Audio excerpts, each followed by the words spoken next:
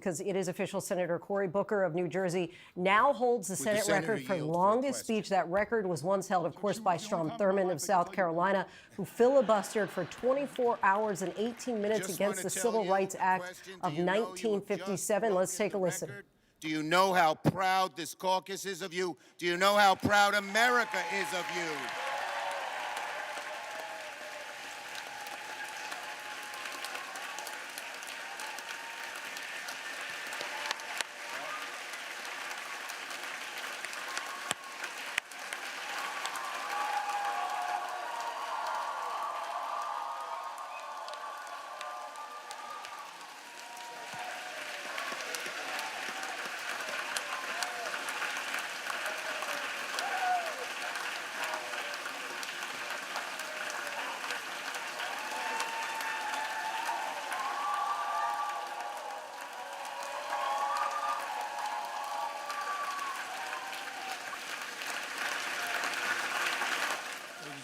A raucous applause there for Senator Booker.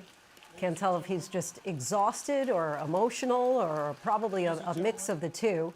The Democrat has been on the floor in opposition to the Trump administration since about 7 p.m. last night, criticizing the administration's spending cuts and plans to dismantle the Department of Education. Jay O'Brien joins us now from the Capitol. I'm just listening in for a moment, Jay, before we go to you. To our guests in the gallery, to make a rare exception and let you stand to show your appreciation, I will not constrain my fellow senators. Thank you. I'm Chuck Schumer. I have yielded for a question, and you asked me, did I know? I know now.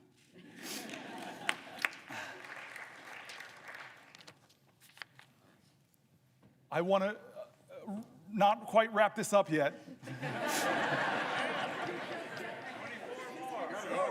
I don't want to wrap this up yet.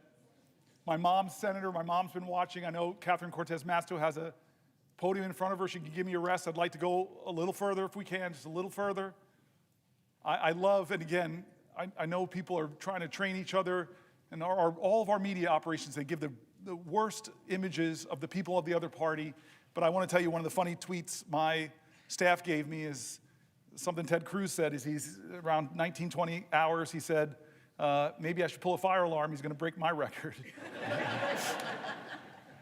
I'm going to pause in a moment if she has a question for me to Catherine Cortez Masto, because she's my mother. But I do want to just say again, 2 points to make if I can. One is how grateful I am to my staff. When we decided to do this many days ago, Jay, I want to bring you in there for a moment. Give us just an overarching sense of the point of Booker's marathon speech.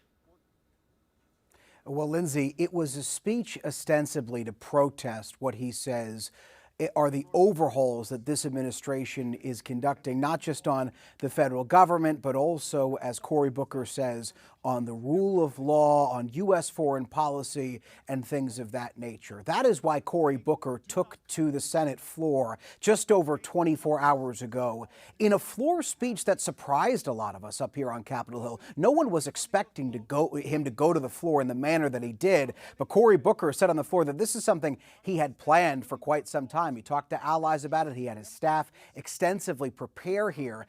And he's now spoken for more than 24 hours and 18 minutes. That's what breaks the record. And it's notable here, Linsey, in the way that Cory Booker, what he was addressing as he broke the record. He was talking about Strom Thurmond, a former senator, a known segregationist, who filibustered the Civil Rights Act. That's how Strom Thurmond obtained that record of 24 hours and 18 minutes, which Cory Booker, a black senator, has just broken, Linsey. Again, this was political to voice protest against the Trump administration and to serve as a rallying cry for some of his fellow Senate Democrats. But Cory Booker has also cemented himself, until someone else in theory were to break that record, in Senate history. But certainly significant that it would be Cory Booker, a black senator, to actually surpass Strom Thurmond, who was protesting civil rights. So he said that he's not quite ready yet, but once he ultimately does wrap up, then what?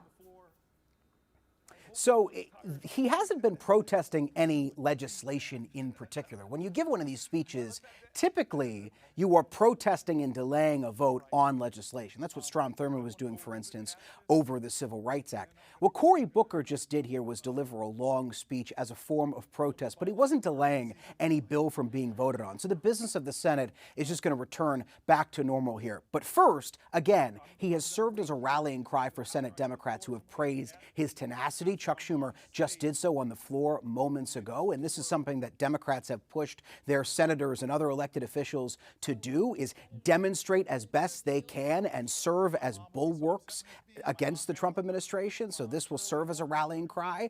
But in terms of what happens next, the Senate floor returns back to normal. And Cory Booker, we assume, will sit down because he's had to stand for this entire 24-hour plus period. And also, Linsey, he has not been able to leave the floor to do things like eat or drink or go to the bathroom. And meanwhile, really quickly, because I want to get to something else, but was anybody else in the room? I assume his staffers stayed. Or are people going in and out throughout the night? Yeah, Linsey, I was just in the room while Cory Booker was speaking. It's filled with prominent members of the Congressional Black Caucus. In the gallery, there are staff from across the Senate, as well as some tourists who appeared to hang over. There were Democratic members of the House, some of Cory Booker's Senate colleagues in there as well, and then a packed house of course, reporters watching as well. And one of the things we saw, particularly from those Democratic members of Congress who were sitting there in the room, was an eruption of applause as Cory Booker passed that threshold and broke the record, Linsey.